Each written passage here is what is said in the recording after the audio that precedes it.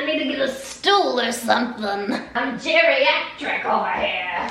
Hello party people. I had my anatomy scan this morning and I don't know, so every single last one of you have been asking for a pregnancy update, so I figured I would just update you now, but also combine it with a Q&A. So I went on my Instagram. I guess in hindsight, I should have also done the YouTube community tab, but I don't know, it's like, go follow me on my Instagram. So I asked on Instagram if you had any pregnancy related questions, labor, postpartum, kids, any kind of question, right, related to that stuff.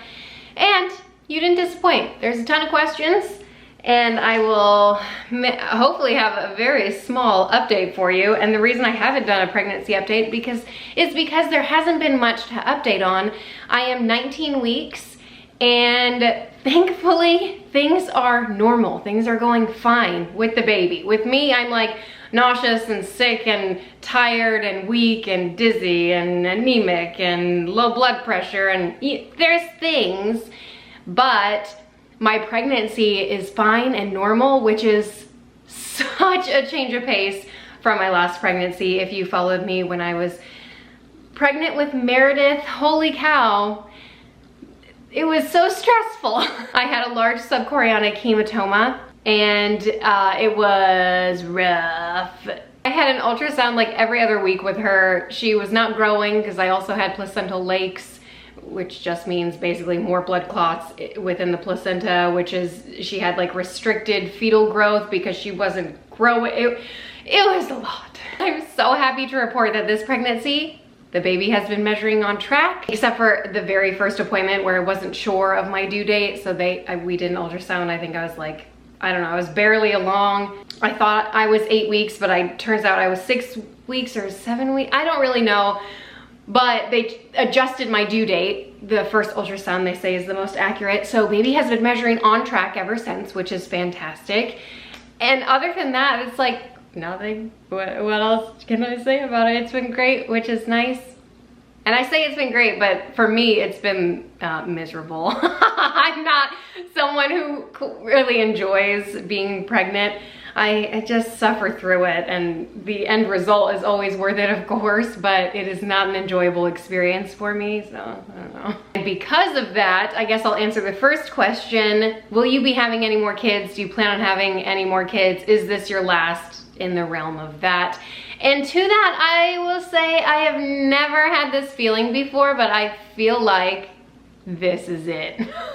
And for so many reasons, but I'm just like, I'm tapped out. I'm tapping out. I feel like I put in the time. It's such a sacrifice, mentally, physically, having kids, having young kids, because they are very needy as far as needing our attention, and I have several, so it's a lot to keep up with.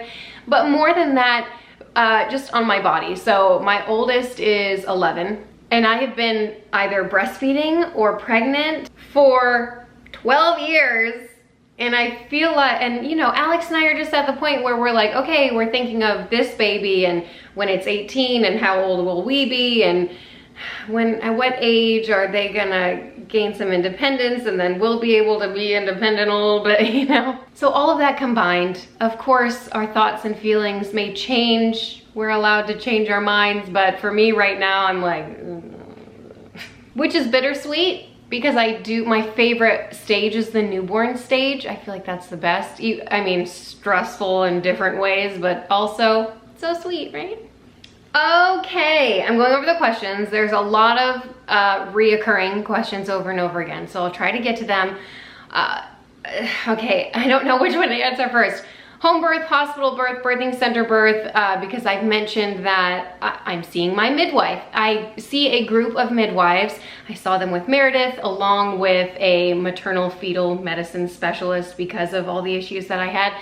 It's the same group, which is really nice because there are midwives, there are OBs, and then there are specialists, and they're all combined, and it's fantastic should you need the extra help from any of them. Typically in the past, I've given birth naturally, which is hopefully the route that I want to go again. And you might be wondering, hey, why are you having a hospital birth? Because I will be so far having a hospital birth.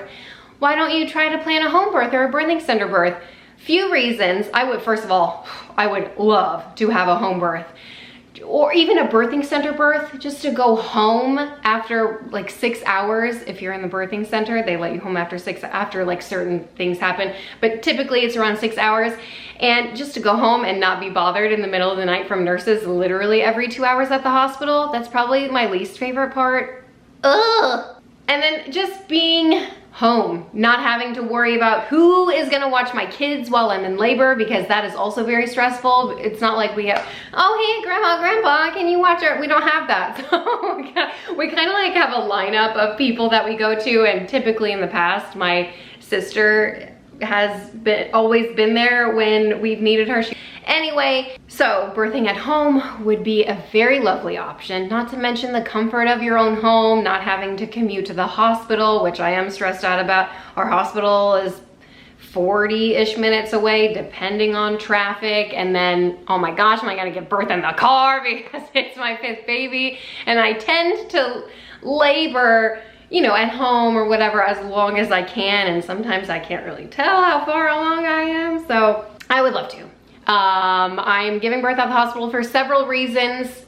I've always needed some kind of interventions in the past, whether it was an induction. I was induced at 42 weeks with Avelina. I was induced at 42 weeks with Eleanor with Pitocin, otherwise natural.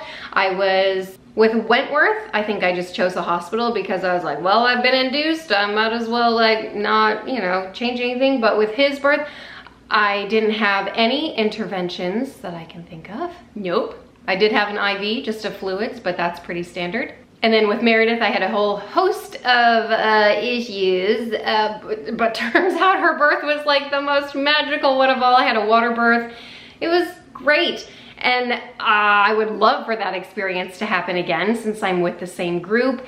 They do offer, and technically it's not a water birth because I gave birth outside of the water. I was hovering just above the water just to keep within those hospital standards, you know what I mean? But I was able to labor in the water, basically push in the water until the very last point. It was so nice. But I also like to keep my expectations pretty low when it comes to birth, because I know that there are a million things that could happen. There's an unforeseeable factor, which is the baby. You don't know how the baby's gonna react during birth. You don't know, I mean, there's so many variables, right? So while I'm hoping and planning for a wonderful natural birth again, I also realize that interventions are there and available should I need them, which is always nice to have the westernized medicine if we need it. And that's the great thing about birth, is that it's your body, your choice. Whether you want an epidural, go for it. That's awesome. Isn't that great that we have the choice? If you are in need of a C-section, we have that opportunity here, which is lovely. If you want to have a doula, people ask me if I'm gonna have a doula. I'm at the point where like, I've been through it a couple times. I think I can handle it. I did have a doula with my second. She was magical. If you are questioning anything, go for a doula, man. And if you don't know what a doula is, they're basically just someone that will be with you through labor to help you through it, to give you tips and, you know, pressure points to push, to help ease labor for you, and to basically be the liaison between you knowing your wants and needs and relaying that information to wherever you are, a birthing center, a hospital, whoever that information needs to be relayed to, they will do it, because when you're in labor, you know, sometimes you can't really vocalize your wants and desires. It's nice to have that, but it's also nice, there's someone to support, that's the word. There's someone to support a woman in labor, and they're fantastic. I've never met a doula that wasn't magical. I'm not sure if that was a question or if I'm just literally ranting about birth. Oh, and another reason I'm having a hospital birth is because of our insurance. Gosh, isn't insurance so weird?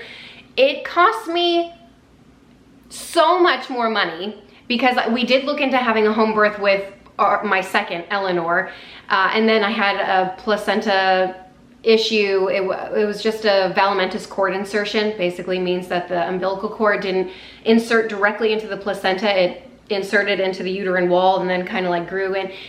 Usually it's something that isn't detected until after you give birth, and then they look in the placenta and they say, wow, look at this.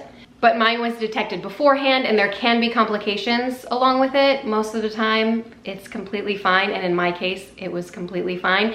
But because of that, I was not a good candidate for a home birth.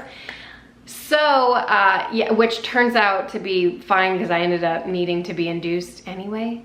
So when we were looking into it, our insurance is weird. When I go to the hospital, I pay not much. I mean, we still pay, but it's not much compared to how much we would pay if it was a birthing center or a home birth, paying a midwife and stuff.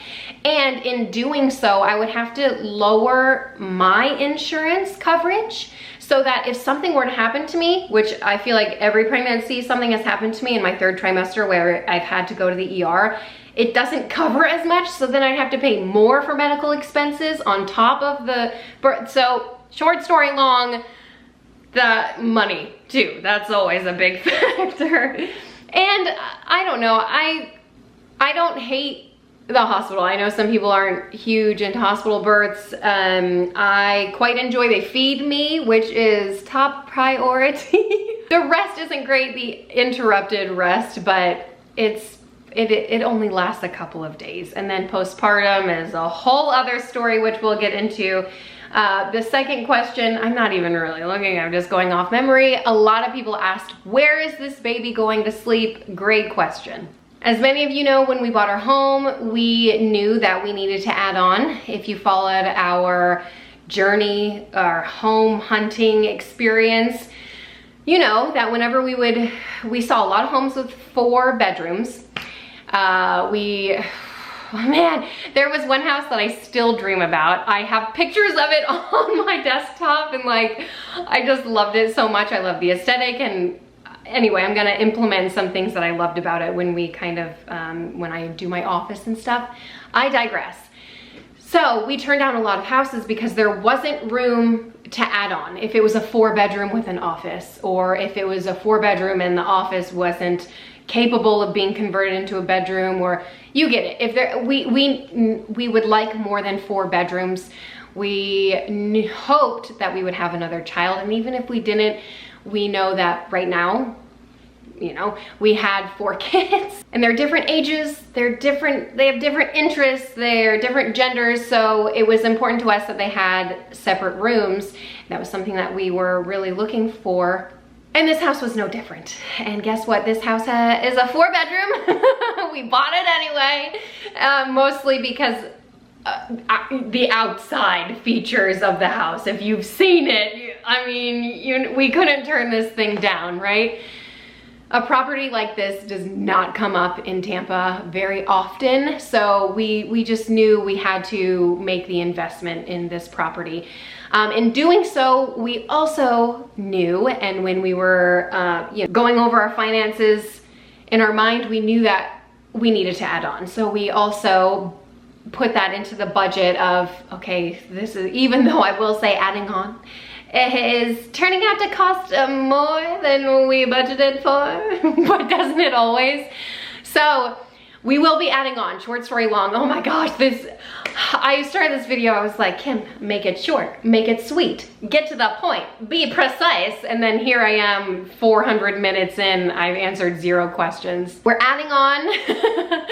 I'm really excited. We paid a deposit a couple months ago. Getting permits takes time. We've kind of started the process, not really, but they should be breaking ground here pretty soon. We've been giving the final date of October that they should be done. So it'll be right around the same time that I give birth. I'm due late September, but I typically go late, so I might go the first week of October. So that will be, I haven't decided if it's stressful or nice to be ending construction at the same time I have a newborn. I imagine it's not gonna be too crazy because it's not like a kitchen remodel where we have to live amongst the mess. It's literally an add-on.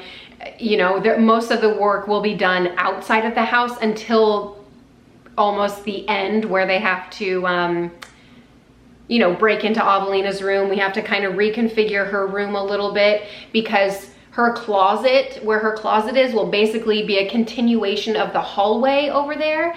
And then we're going to add 2 rooms and a Jack and Jill. If you followed our, you know, house hunting journey, you know how much I adore a Jack and Jill. That was always on my dream sheet. Guess what else was on my dream sheet? Sun, oh gosh, what are they called? Sun, what are they called? The things on the roof with the windows and the sun comes in. What are those called? I can't think of it right now, but you know, skylights. That's what I'm talking about. We've had skylights in our last house. They were different. They were like canned skylights. Still nice to get that extra light in, but I just think it's lovely. And when we lived in Italy, we had beautiful skylights. And they opened up. These won't open or anything. Our roof is too tall for any of that garbage anyway. So, and I feel like if they do open, they're more likely to leak. I digress, okay? I'm excited because we're gonna have skylights. 2 in the bathroom because the Jack and Jill bathroom will not be accessible aside from the 2 bedrooms. I'm really excited. And I thought, okay, I could talk about literally the add-on plans for quite a much longer time. I'm really excited for it. I hope it looks as good as thing. If I can find them or figure out, I'll try to put the plans that we have. You won't really be able to like see, it's basically just 2 bedrooms and a Jack and Jill. But I'm excited nonetheless. So the baby will go in the smallest room, which will be what Avelina is in right now. That will be, and still the smallest room is still a decent sized bedroom. I want to say it was the biggest bedroom aside from the main bedroom in our last house. So it will still be a decent sized bedroom. Oh my gosh, do you know the gender? Oh wow, I totally, sorry. I should have answered this one first. I like to wait until the birth to find out the gender. Alex is itching to find out, and every time, my last sonogram and this sonogram, I always text him a picture and he always says, that's a boy. But guess what? He said that with Meredith too. He said, that's a boy. I think he just wants a boy. People asked what I am hoping for. Honestly, I've never been one to say like, oh, you know, when I grow up, I hope I have this, a boy and a girl, or this many boys and this many girls. I never had an expectation, so I guess I don't really care. It sounds bad that I say I don't care, but honestly, I will be so happy either way. I would be so delighted to have a girl. I would be ecstatic to have another boy for, you know, Wentworth to play with. And not to say that he doesn't play with his siblings that are females, his sisters, because he totally does. Well, it's some of them, okay? The age gap is a little hard sometimes and it makes things interesting, but for the most part, they get along. And so yeah, I don't know the gender. I will find out when we give birth, and that's how I like to do things. We have waited until the birth for all of them except Avelina. She was our first one, and we found out with her kind of by accident, but also we didn't make it very clear, hey, we don't want to know. So the ultrasound tech said, oh, she's so strong, and we said, she? So that's how we found out with her. It wasn't anything magical. It wasn't like a gender reveal, which is something that Alex really wants for some reason. And I said, if you really want a gender reveal party, first of all, I don't know. I'm not really into those. If that's your thing, that is awesome. I'll go to yours. But for me, I don't know. So for him, he really wants one, and I don't want to deprive him of that, but also I want to wait until the birth. I feel like I'm sacrificing enough here. Can I just have this one thing? So I tried to make a compromise with him and said, you know, I won't tell anyone, and we can have like a sip and see after the birth, and people can come over and find out. And he's not into that idea. I was like, I don't know, I think that would be just as cool, like not tell anyone, I don't know. Okay, so there's that, yeah, there's that. Team green. Any tips for natural childbirth? Oh, I wish I should make a video just dedicated to this. Okay, and I hope, I also got the question, will I be filming this birth? If everything goes well, we'll film as much as we can. So yeah, there is the hope that that will happen, but again, birth can be crazy, so anything can happen, right? What was the question? Oh, tips for natural childbirth. Okay. I wish I could give you all the tips, but really, I wish I could be with you. Listen, I worked with moms who've given birth, so I've heard literally thousands of birth stories, and they're all different, and it's just so crazy how every single one is different. So keep your expectations low when it comes to birth, okay? You can have wants and wants, but then also allow yourself the ability to, like, you know, kind of go with the motions and go with the times. If your body needs something else, that's okay. For me, when I'm going through contractions, when I'm going through the waves, right, I try to stay as relaxed as possible. So I've tried to show that in my previous labor and deliveries, where, like, if Alex is filming me, which it doesn't really happen, maybe a couple of contractions, but you can see me, I have my eyes closed, I have my face relaxed, shoulders relaxed, because that's the first place where we hold tension, our shoulders and our face. So typically when we start feeling contractions, we tense up. And when our face and when we're tense, our body is tense, and our uterus is not going to progress because we're just so we need to relax. Sometimes that's why women need epidurals, because their bodies just are unable to relax. And sometimes you need an epidural or want an epidural, and that's so great that they're available. But so that's tip number one, just try. And I know it sounds like, oh my gosh, if you're going through, remind yourself, this is going to last 30 seconds, a minute. You know, yes, it lasts over and over again, but just take one contraction at a time. That's something my doula taught me many years ago. Take one at a time. And just remember that each contraction is bringing you closer to you meeting your baby. So each contraction is doing something. It is opening up your body. It is helping your baby come into this world. So it's not for nothing. So just try to stay as relaxed, and I breathe deep breaths.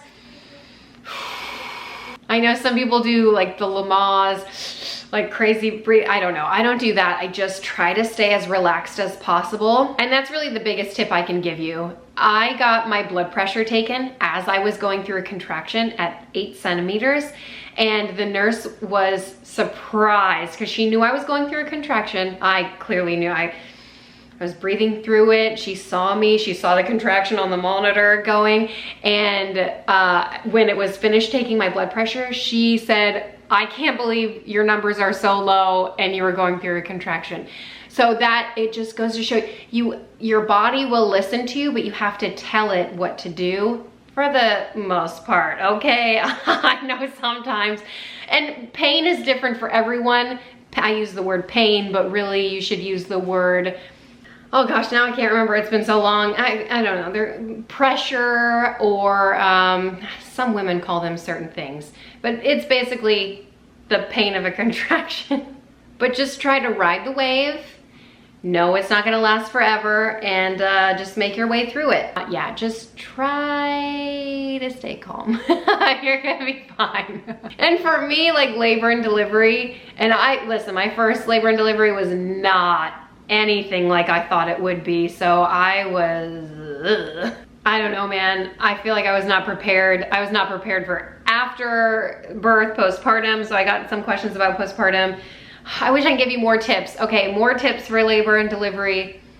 Oh, counter pressure, that's a good one. Get on a yoga ball. Oh, that will really help open up your pelvic floor. Prep your body before you go into labor. That's really important too. Doing squats every day, you know, prepping your pelvic floor, getting your uterus strong. There's teas that you can take, third trimester tea, or maybe called pregnancy tea. Some of them, if you're really natural and crunchy, it's called Nora tea, where you can make your own with like nettles, oats, and red raspberry leaf, and something else. Alfalfa sprout, is that the A? And that is supposed to help tone your uterus, and it won't put you into labor, but it will tone your uterus in a way that when you are actually going through labor and having those contractions, they're more effective. So there are certain things that you can do to prep your body. You can look into that. Prep your body beforehand. Do what you can beforehand. Eating dates. It's like a small study that showed eating dates in your third trimester or later in your third trimester. I can't remember exactly, but you know, the 4 weeks leading up to delivering, and I don't know, it's known to like the women who did that had less interventions during labor. So I don't know, do what you can, okay? I wish I could give you more, but we gotta move on. I have so many cues. Oh, do you plan on cloth diapering again? Yes. A cloth diapering saves a lot of money. It really does. And not only saves your wallet, it saves the environment. You guys know I like doing those things. Obviously I'm not the best at them. We still have garbage. We're not zero waste. I run my water when I do my, like I'm not perfect, you know what I mean? But I do wash poop out of diapers for 4, almost 5 kids now. So I feel like I'm putting in my part, okay? I use Bum Genius diapers. I started out with like 2.0s back when Avelina was little. And then I went to 3.0s, had 4.0, 5.0, 6.0. I don't think I have any, I don't know if they have anything beyond that, but Bum Genius 6.0, they used to come in Velcro, but I don't think they do anymore because they didn't last very long. So button ones are great. And it's like a pocket diaper and it grows with your baby. So some people I actually bought newborn cloth diapers for Meredith. No, 0%, would not recommend. Just use, I use like disposable diapers until the umbilical stump falls off. I made that mistake before where I did cloth, but then it like covered the umbilical stump and just made it moist and it didn't fall off as fast. So we do disposables until it falls off, and then maybe until I run out of that pack or however many I have, and then I'll put them in the big fluffy ones, and it grows with your baby until like newborn and really if a newborn, like sometimes they look so bulky on a newborn, until potty training age, so like 35 pounds. But I find as they get older, and my kids typically potty train really early. I say typically because Meredith is my oldest and is yet to be potty trained, so that's real fun. But all of my kids have been potty trained before the age of 2, except for Meredith. So I have found with Meredith that she pees through her cloth diapers. So I don't know a 35-pound toddler who is in cloth diapers, where the cloth diaper can handle the amount of liquid that comes out of a 35-pound child. But if it works for you, that's great. Yeah. Okay, on that note, on the note of the umbilical stump, I got a question about delayed cord clamping, and yes, I recommend it. I don't know why anyone doesn't do it. I've done it with all of my kids. I've asked to have it done with all of my kids. With Wentworth, there was so much going on. My doctor just had muscle memory and just cut it right away, and she even said, she looked at me, oh my gosh, I'm so sorry, I cut the cord. And like, what am I gonna do? I said, oh, don't worry about it, it's fine. He had jaundice.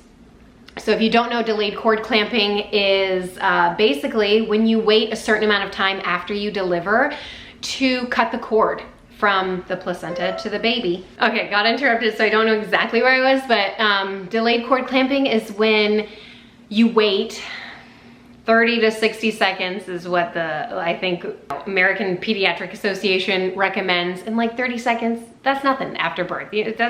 30 seconds is gone. I've been talking for nothing about 30 seconds, you know? So with Meredith, it was my first birth with a midwife, and we waited until the cord stopped pulsing.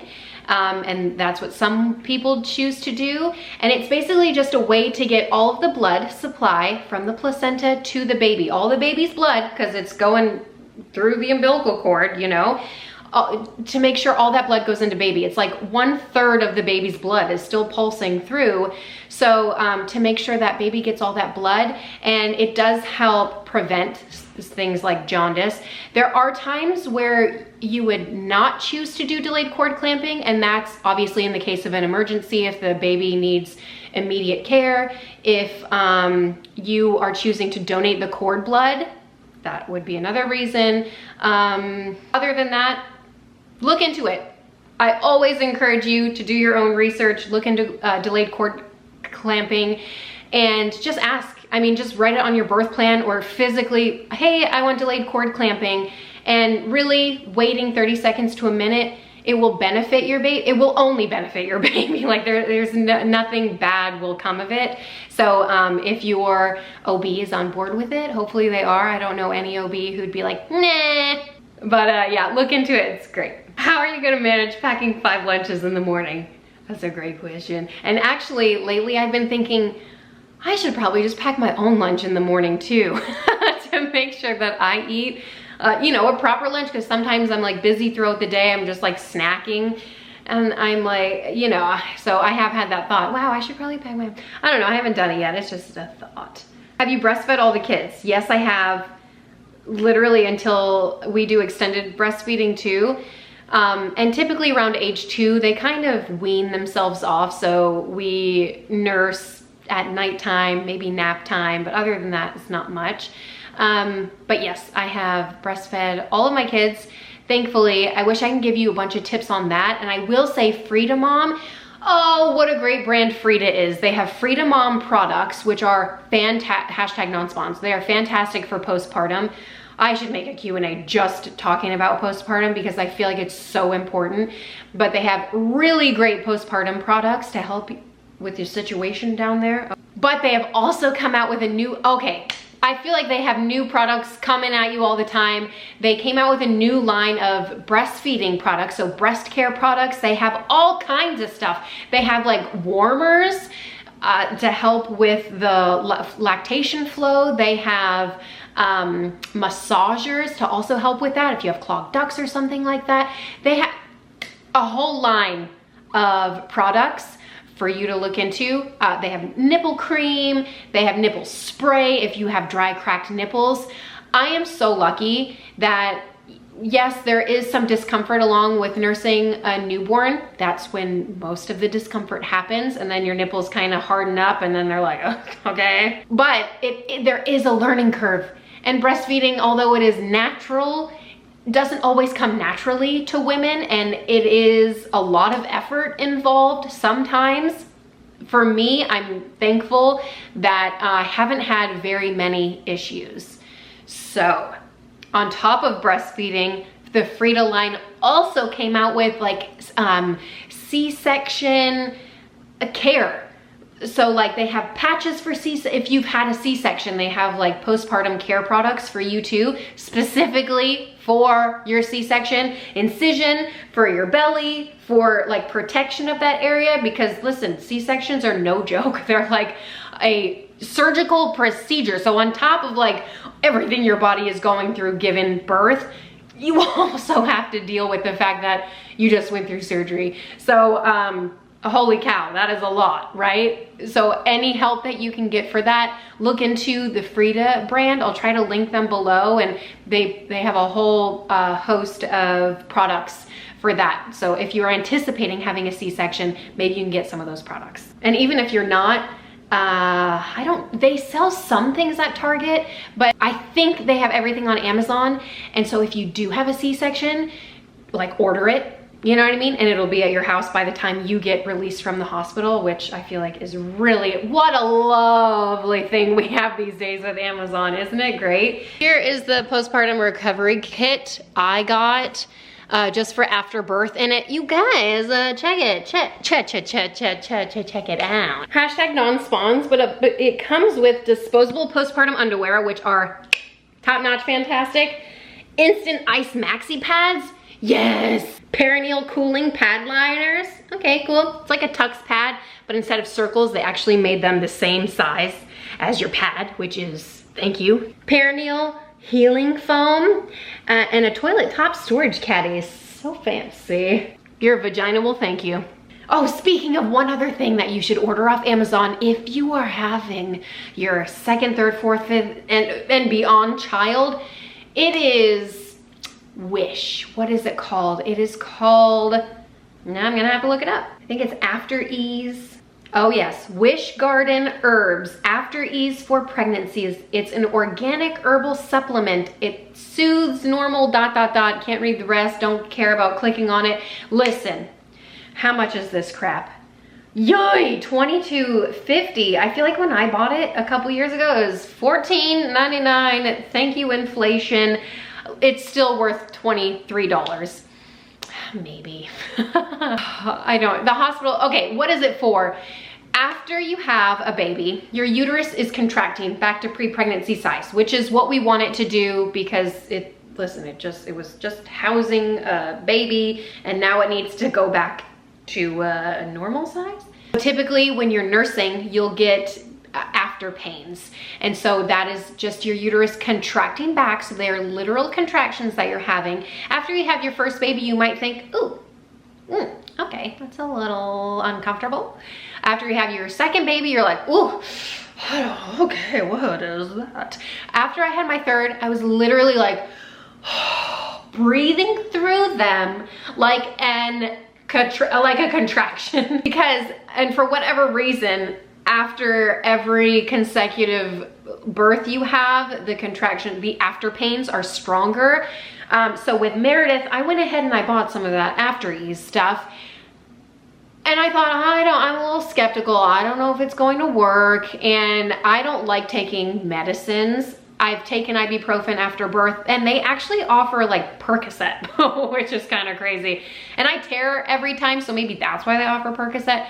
But I tell them ibuprofen is fine. So they offered ibuprofen to me last time and I said, you know, I'm taking this After Ease stuff, like just keep it on standby, right? I did not even need ibuprofen for my after pains. When I told you after Wentworth, I was like, what?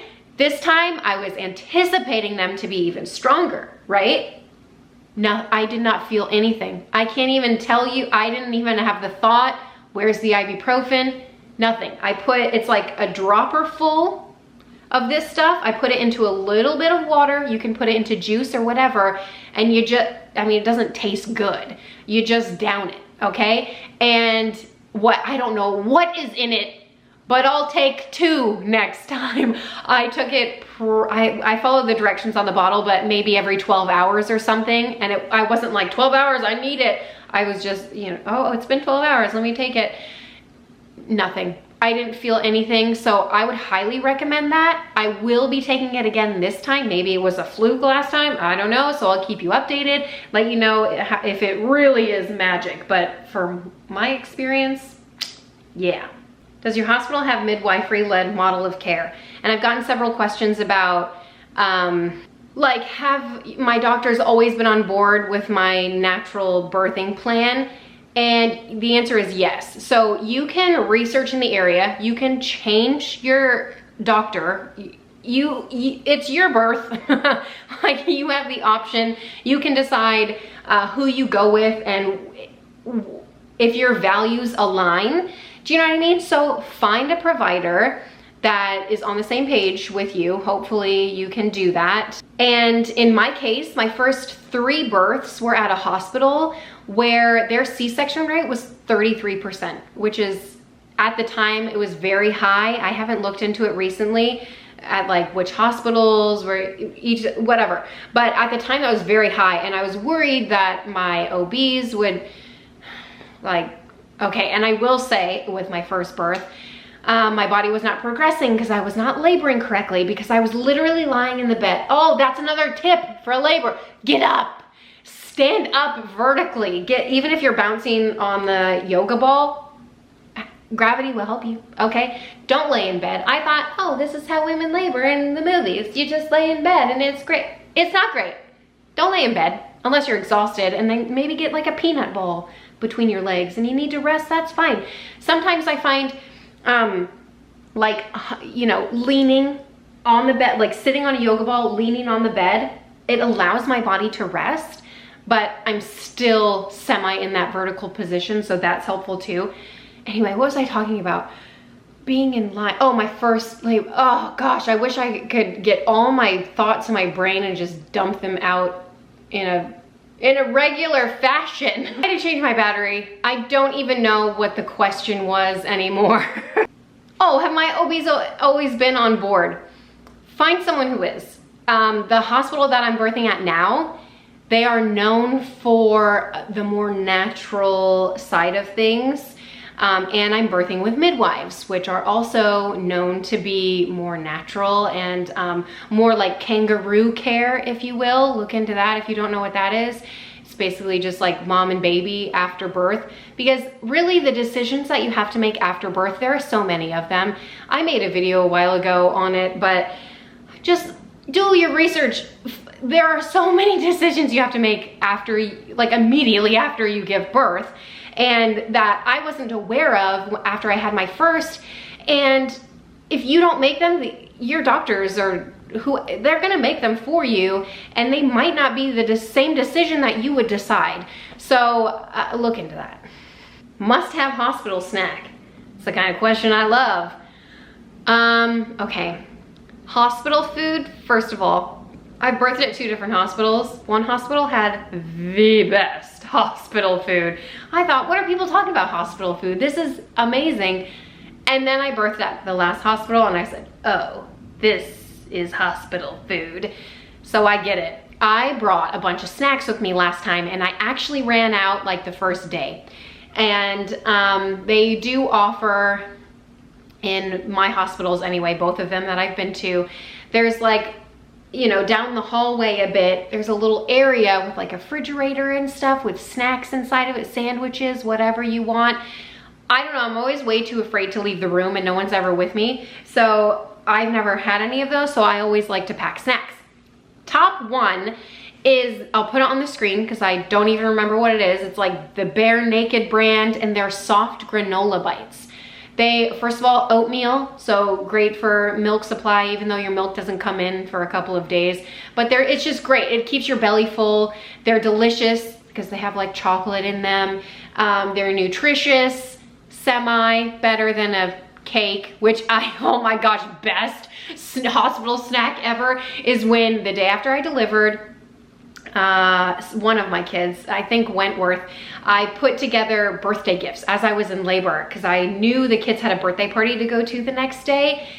Best thing, after the birthday party, Alex brought me cookie cake. 2 a.m. I was eating the birthday, I mean a big container of, oh, it wasn't cookie cake. Did I say cookie cake or birthday cake? It was cookie cake. Best thing I've ever tasted in my entire life. And I'm gonna need a cookie cake after I deliver this time. Basically the best snack you can pack is something that you enjoy, something that will keep you full and satiated, and is obviously like shelf stable. What's your number one advice for first time moms? I wish I could tell you everything, but I can't, because even the things that I would tell you, you're different. So you're going to experience them in a different way. And I can't even speak. After I had my first, my whole world was rocked. Nothing was as anyone told me it would be. And everyone has their opinions and advice and, you know, and take in as much as that as you can, but also realize that your circumstances are different, because everyone's are, and you will find your own way. It might just take you a little bit, but you'll find your own way. So even if I gave you all the advice that worked for me, it might not work for you because we're different people, you know? So just, for me, I try to keep my expectations low. I did not do that with my first. I thought, I know what I'm doing. No, I didn't. I was alone. Alex literally worked morning, noon, and night. He was never home. I had zero help. The baby had colic, which colic,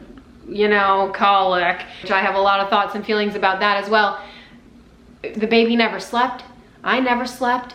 It was not a great situation. I did my best, we survived. Honestly, I don't know how we had a second child after that, but the second time around was much nicer because I did have expectations. So I will say with my first, I lived by a clock, which I should not have done because all it did was stress me out. I thought, it's been this many hours and the baby is still awake, or it's been this many hours, the baby's hungry again, but I just fed the baby this amount of minutes ago. The baby shouldn't be hungry. Guess what? The baby's gonna be hungry when the baby's hungry.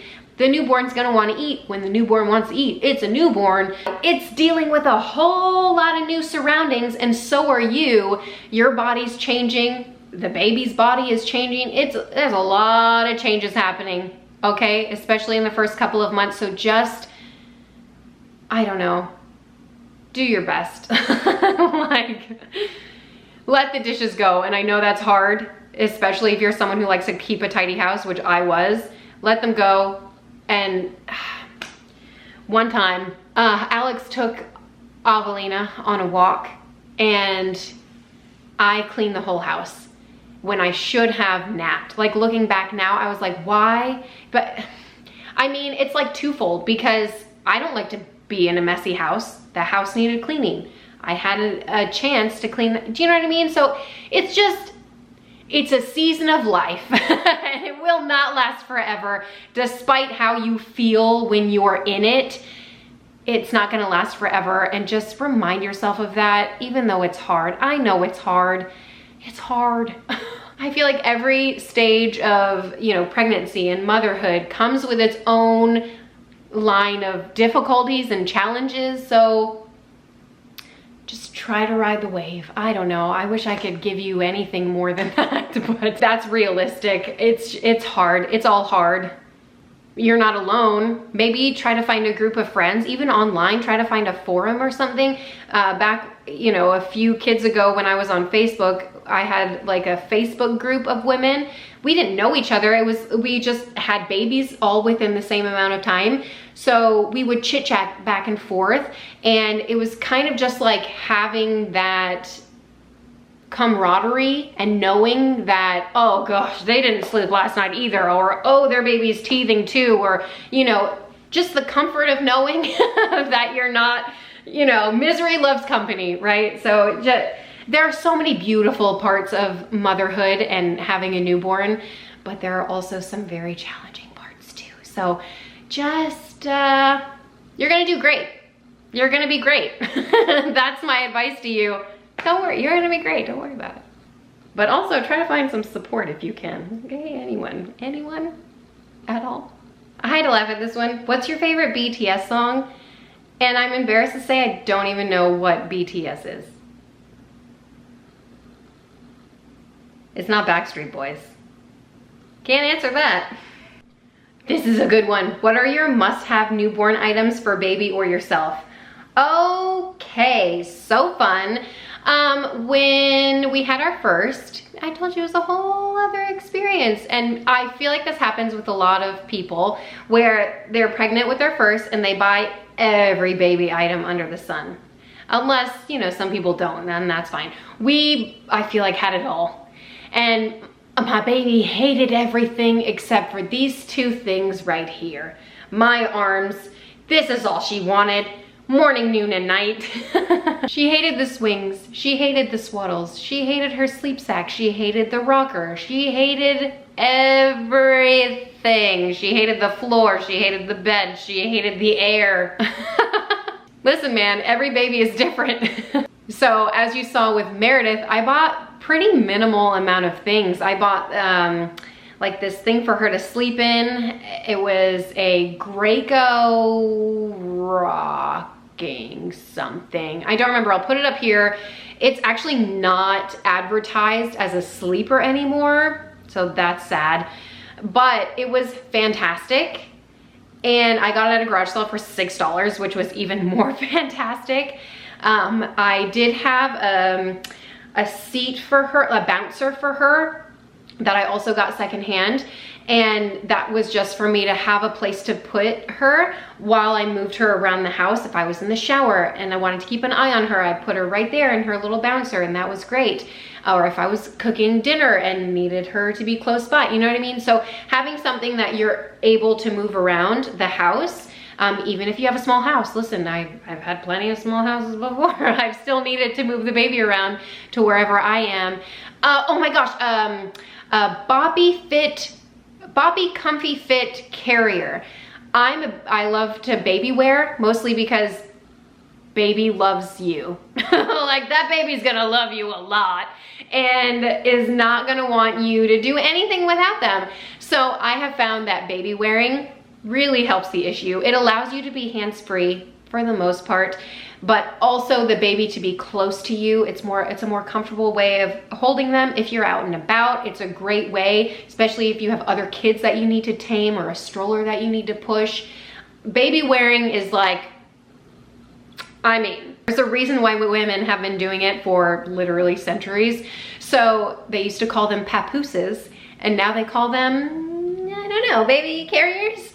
My favorite is a Boppy Comfyfit. I feel like it's the easiest to adjust. It's the most comfortable. It's pretty affordable on Amazon right now. So look into a baby carrier. You can do your research, whether you want a wrap or a sling or one with all the buckles and gadgets and gizmos aplenty. Go for it, man. Everyone's different and everyone has different preferences. I have tried a lot. I've tried a lot of wraps, slings, carriers, buckle ones. My favorite is the Boppy Comfyfit. So I'll say that. Hashtag not sponsors. So that is one gadget that I have. I don't have to buy, because I have it.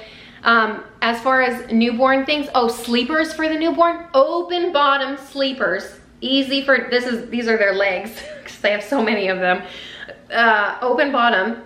So diaper changes are easy. You just pull it up. It's like a kind of a dress, but it's not a dress. It's just a sleeper, right? The arms with the little hand covers, a must. If it's not an open bottom sleeper, get one with a zipper. Those are great for newborns because no one wants to be dealing with 700 buttons when you're changing a diaper at 2 a.m. Okay? I don't even know why they make those anymore. They should not. But that's basically it. Like, a newborn doesn't need much. Even as far as clothes go, I will buy a couple of onesies. I'll buy a couple of sleepers. And by a couple, I mean maybe like 5, 10 of each. And then maybe a couple of cute outfits, and then rotate through those. And that's a baby doesn't need much more than its mama, and some nutrition. So whether you plan to nurse or bottle feed, I don't know a lot about bottles because I've never had to do that. I've used a couple bottles in the past to try to like put my milk into, but my baby's just like, don't give a crap about it. So yeah, look into bottles, maybe. And I know every baby is different with that too. So it's not like this bottle is universal and every baby's gonna love it. No, your baby might like something else. So that's hard. And I feel like that's something that you'll have to experiment with as well. Same thing with binkies. Oh Lord, I've tried to get my kids to love binkies and they just don't. You know who pacifies my babies? Me. Do not recommend. Okay, I got a question about tearing. And they're talking about tearing during birth. So like the perineal tear that can happen. So you can get like a 1st degree, 2nd degree, 3rd degree, and 4th degree tear if it goes into the muscle, and that's the worst. First is the nicest, and then it progresses and each one is worse and worse. So if you tear during labor, they have to stitch you up. And so the recovery time for that, not just the recovery time, but just recovering from that in general. Imagine having stitches down there. It's not a great feeling. It's uncomfortable. Frida brand sells this pillow. I think it's called a perineal pillow. You can also buy a donut, like, you know, a donut, not a real donut, but you can buy one off Amazon. But I feel like the Frida perineal pillow is pretty comparable in price. They sell that. So if you do have a tear like that and you do have stitches that are uncomfortable, grab one of those pillows so you're comfortable sitting up. There are ways to prevent tearing. There is rose hip oil. Correct me if I'm wrong. I'm pretty sure that's it. There's rose hip oil that you can apply before labor and delivery. It's like the weeks leading up to it, you know, there's a lot of prep work involved. I've never done this, but you like use the oil and massage your perineal area. I don't know, it's just, that's too bougie for me. Is that the oil that they use? Now I might be thinking of like trying to soften the cervix and people use that oil. I'm not sure. I'll do my best to like link anything that's important, but like as far as articles and stuff. But doing that also, this is a hard one. Listen, a lot of women tear because we are taught to push in a certain way and bear down, and you know, the nurse counts to 10 and you push it with everything you have. That's not great for your body, and that will likely cause tearing. Sometimes it doesn't for some women.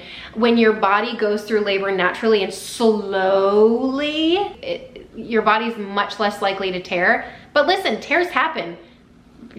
People have big babies, people tear. People's bodies are little. It's a very small area. You know what I mean? Tears happen, and I'm sorry. I'm sorry that you tore, and I feel you. Stitches are not cool. I wish I had more tips than that, but really just the massaging beforehand and trying not to push too hard. Letting your body do the pushing, because your body will, listen, your body knows what to do. Your body will push, which is nice. So if you are in the situation where you're able to have an experience where your care providers will allow your body to push naturally, I mean, that's really the best. But again, my body pushed naturally. I had a very nice labor and delivery, and I still tore. So I don't know. Good luck, Godspeed. Have any embarrassing or fun pregnancy brain stories to share? No, but there's kind of one that I can think of. My foot is numb, so we might be wrapping this up soon.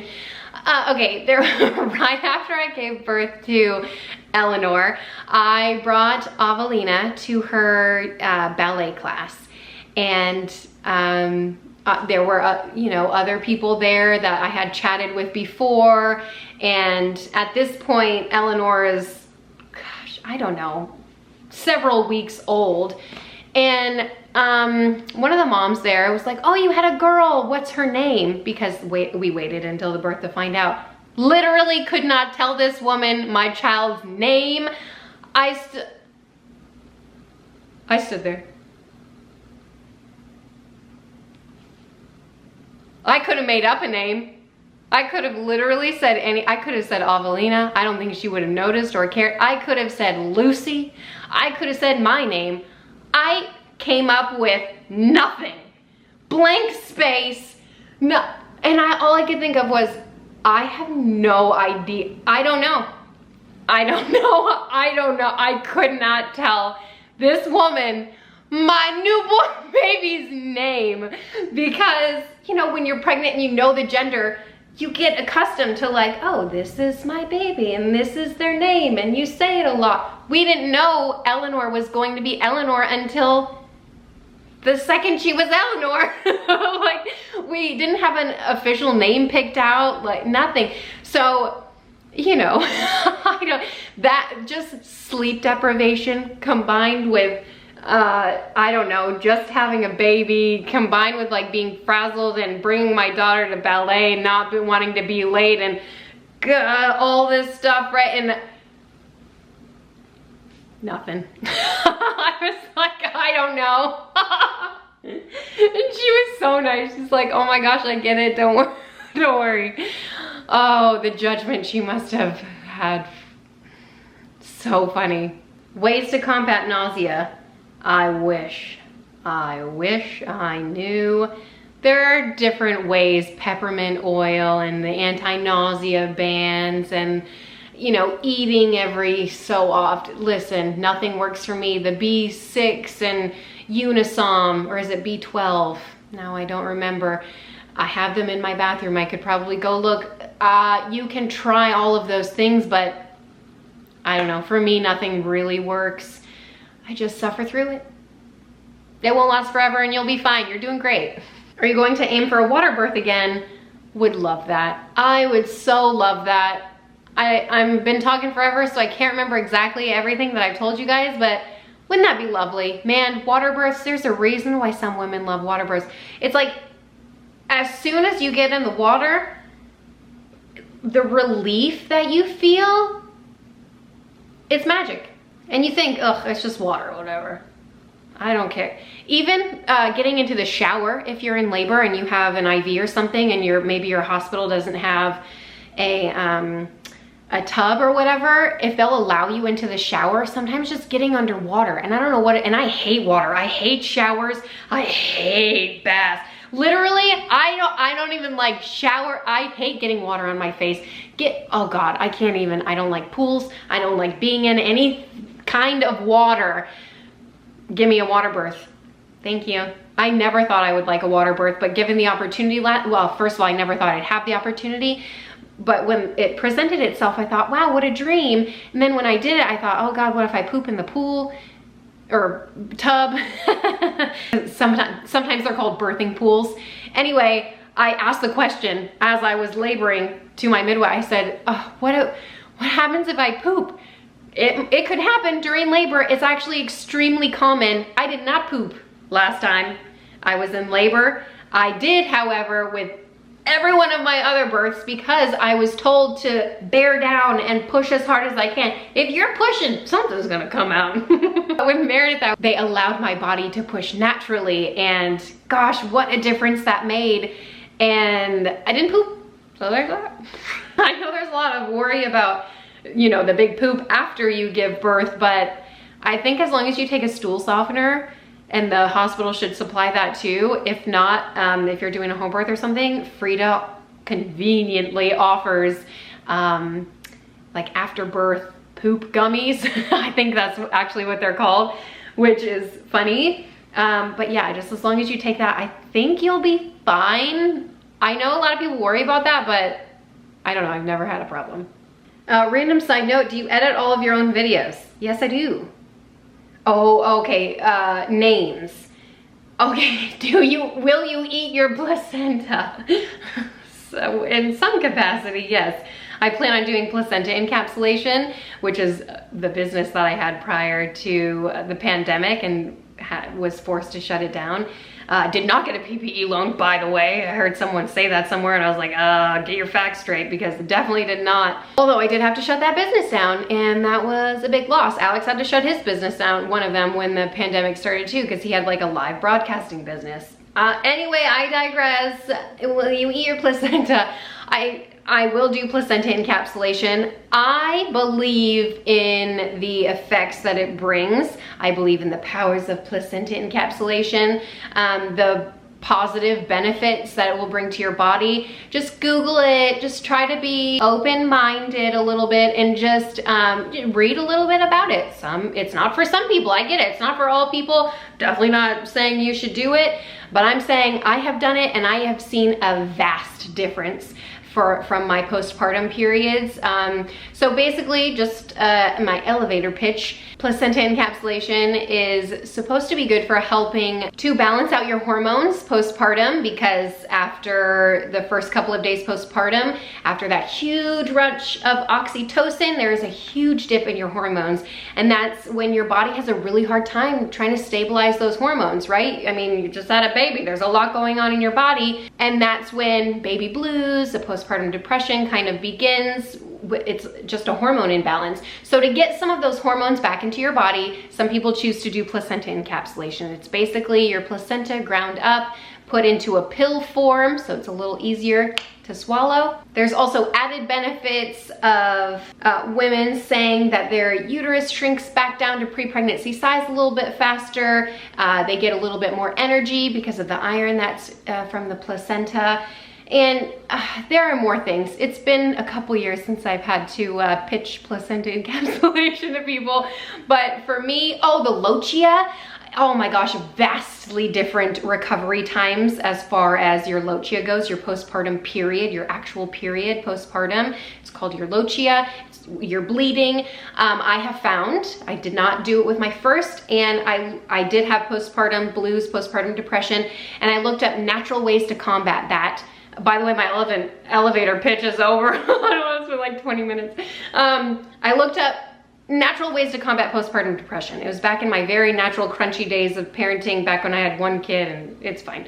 I found placenta encapsulation. Never heard of it before. I didn't even know what a placenta was before I delivered one, and the doctor held it up and said, look at this beauty. Literally held it by half the umbilical cord. And I just remember thinking, what the hell? That was my experience with placenta before I started doing placenta encapsulation.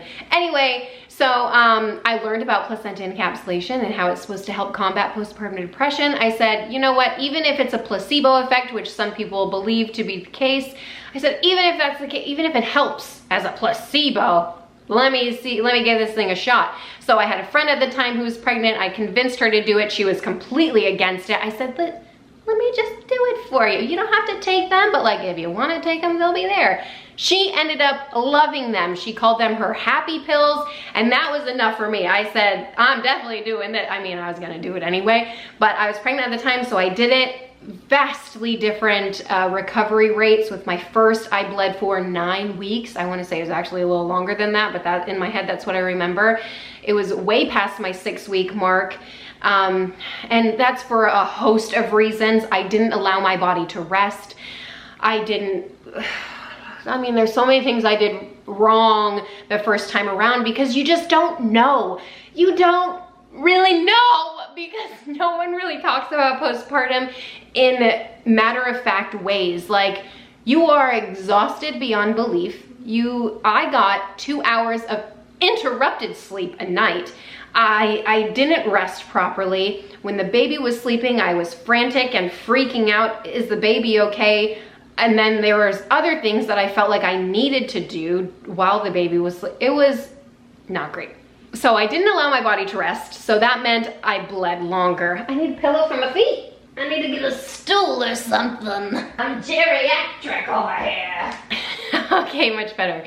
What was I saying? Oh, I didn't allow my body to heal. Listen, after you deliver, your uterus is like 100 times bigger than it typically is. It needs time to shrink down. There is a wound inside of your body that's like, I don't know, 10 inches in diameter that is trying to heal. And if you're constantly moving, doing stuff, women should be on bed rest when they're postpartum for a couple of weeks to help your body heal.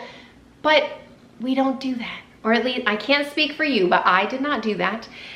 So, it took me a long time to heal for multiple reasons, but I also feel like with my second 2-3 weeks, my bleeding, and I said, what? It was insane. I attributed it to the placenta capsules, whether it was a factor of things, which I'm sure it was, but I was, I had a toddler at that time, so I thought I would bleed even longer.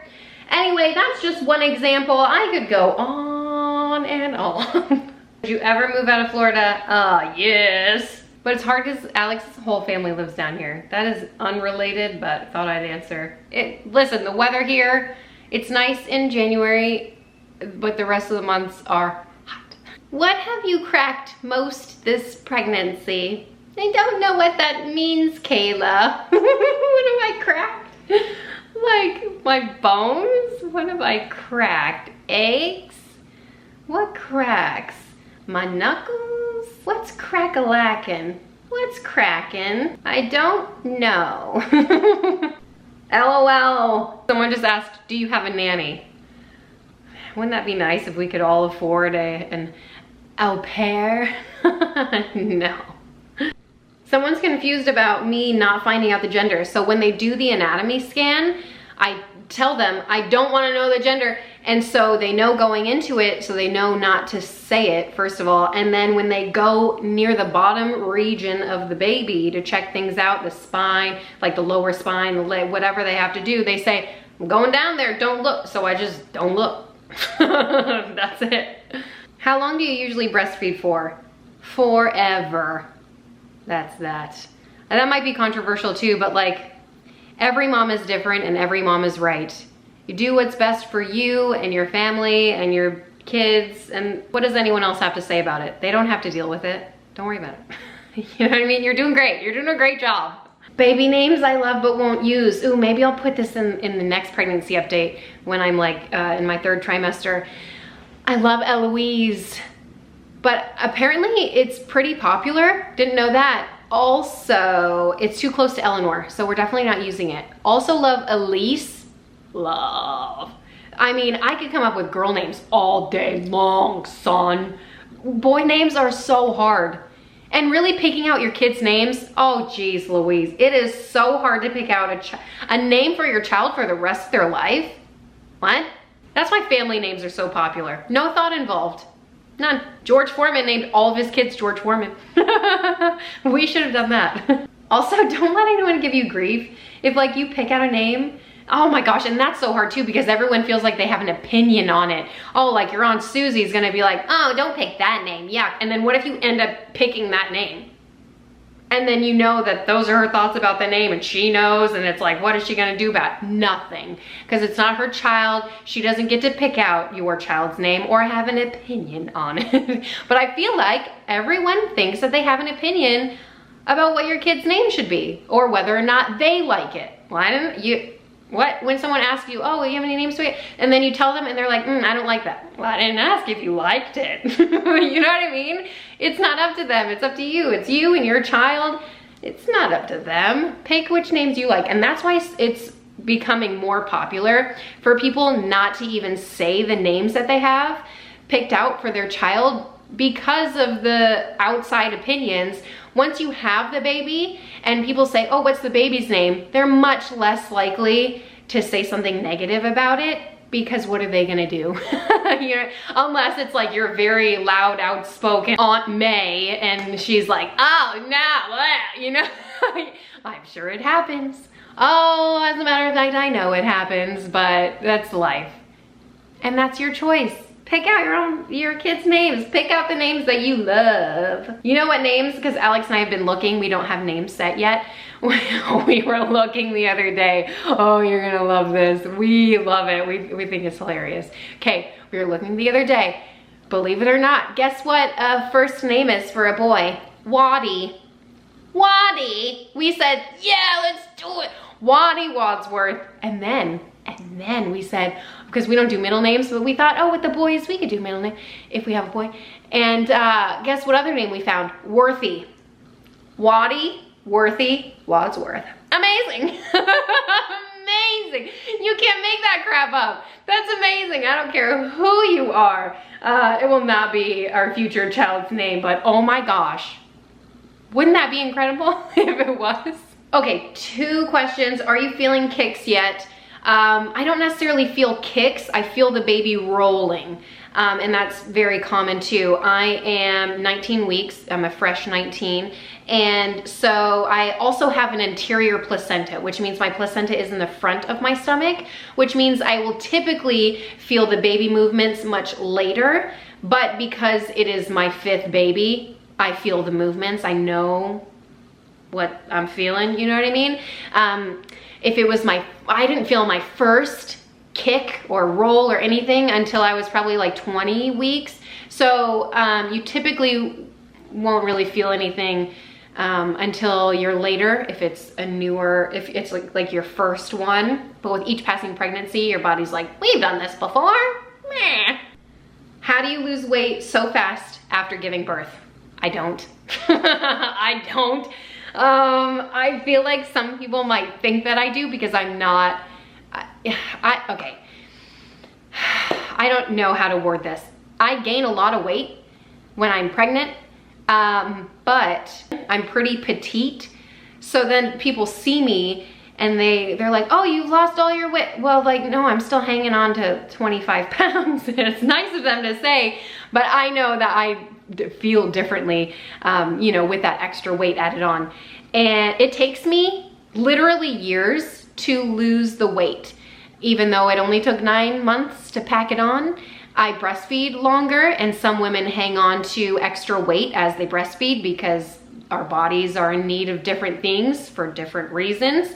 And although I typically work out and eat right when I'm postpartum, to some extent after the waffle phase ends, I still hang on to a lot of weight. And typically when I'm like 2 years postpartum, that's when I'm back to my pre-pregnancy weight.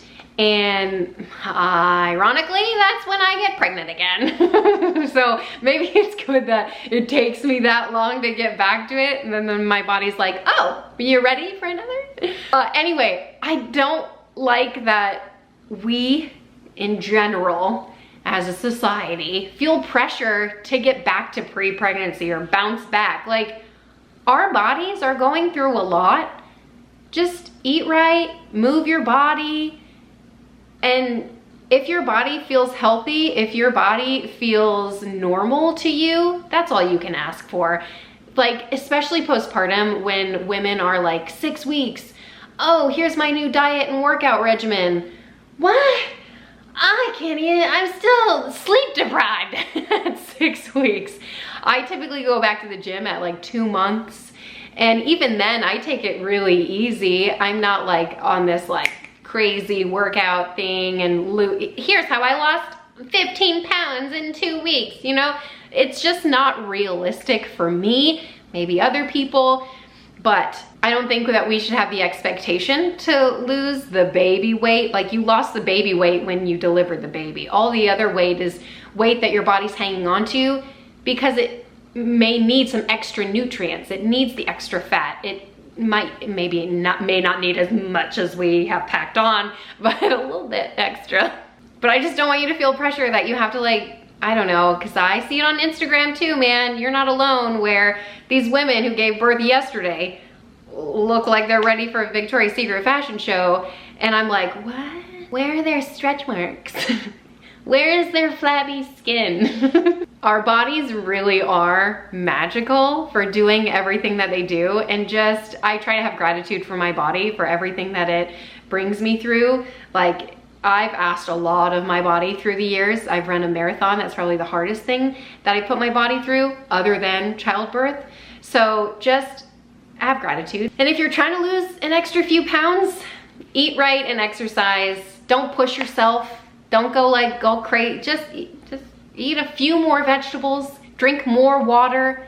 Do more things. Don't limit yourself. Do more things. Those are things to add into your life, not take away. Don't take away Brownie Friday. You know what I mean? Enjoy your life. You are more than the number on the scale. I'll just say that. People love you because of who you are, not because of what you look like. Okay, well, there's so many more questions I wish I could get to. It's about to rain. My memory card is probably full because I've been filming for 17 hours. But thank you guys so much for watching and hanging out. I have to, the kids are almost home from school. Alex just left to pick them up. I gotta get some snacks ready for them. But thank you guys so much for watching and hanging out and being here with me and being my community when I need you, because you're there for me just as much as I am there for you. That you say that, you know, I'm here when you need a friend. Just know that you're that for me, so I appreciate you. Maybe I'll do more of these Q&As in the future. I really enjoyed it. Maybe next time I'll be more strategic about like actually writing things down in sequential order where it makes sense and I'm not like bouncing all over the place. But anyway, I'll see you next time. Bye.